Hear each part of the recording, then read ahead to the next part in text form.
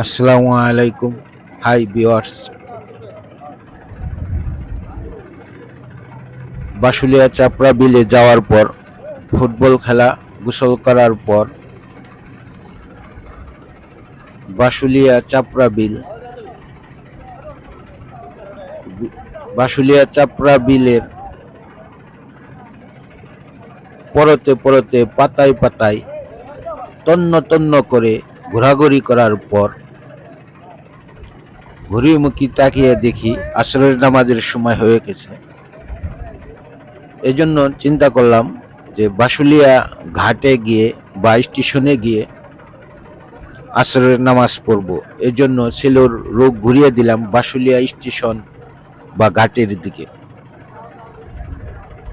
আরেকটি কথা বলে নেই, যারা প্রকৃতি লাভার আছেন তাদের কাছে বাশুলিয়া চাপড়া বিলটি অসাধারণ লাগবে, খুবই সুন্দর লাগবে। আপনারা আসতে পারেন বাশুলিয়া বিলে।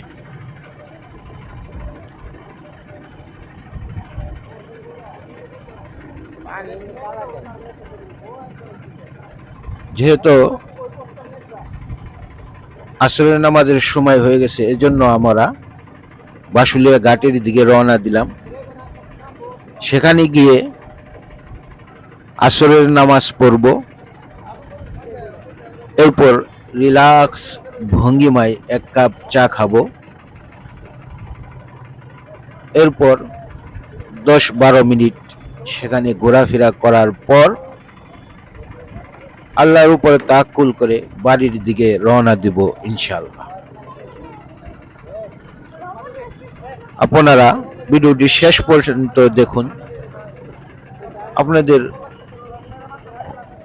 আপনারা যারা প্রকৃতি লাভার আছেন তাদের কাছে ভিডিওটি ভালো লাগবে।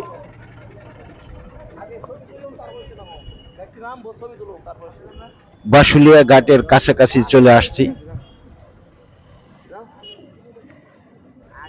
আর অল্প কিছুক্ষণ সময় লাগবে, এরপরে ঘাটে চলে আসব।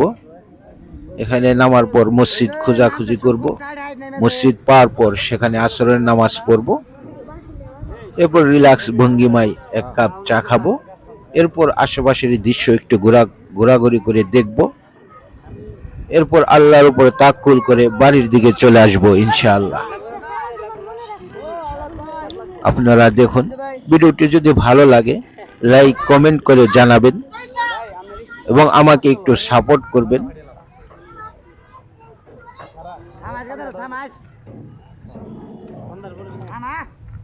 শেষ পর্যন্ত ভিডিওটি দেখুন, আমার বিশ্বাস আপনাদের সবারই ভালো লাগবে ইনশাআল্লাহ। আমরা বাশুলিয়া ঘাটে চলে আসছি, এখন সিলেট থেকে নামবো, এরপর আসরের নামাজ পড়বো, এরপর এক কাপ চা খাবো, একটু ঘোরাঘুরি করব, এরপর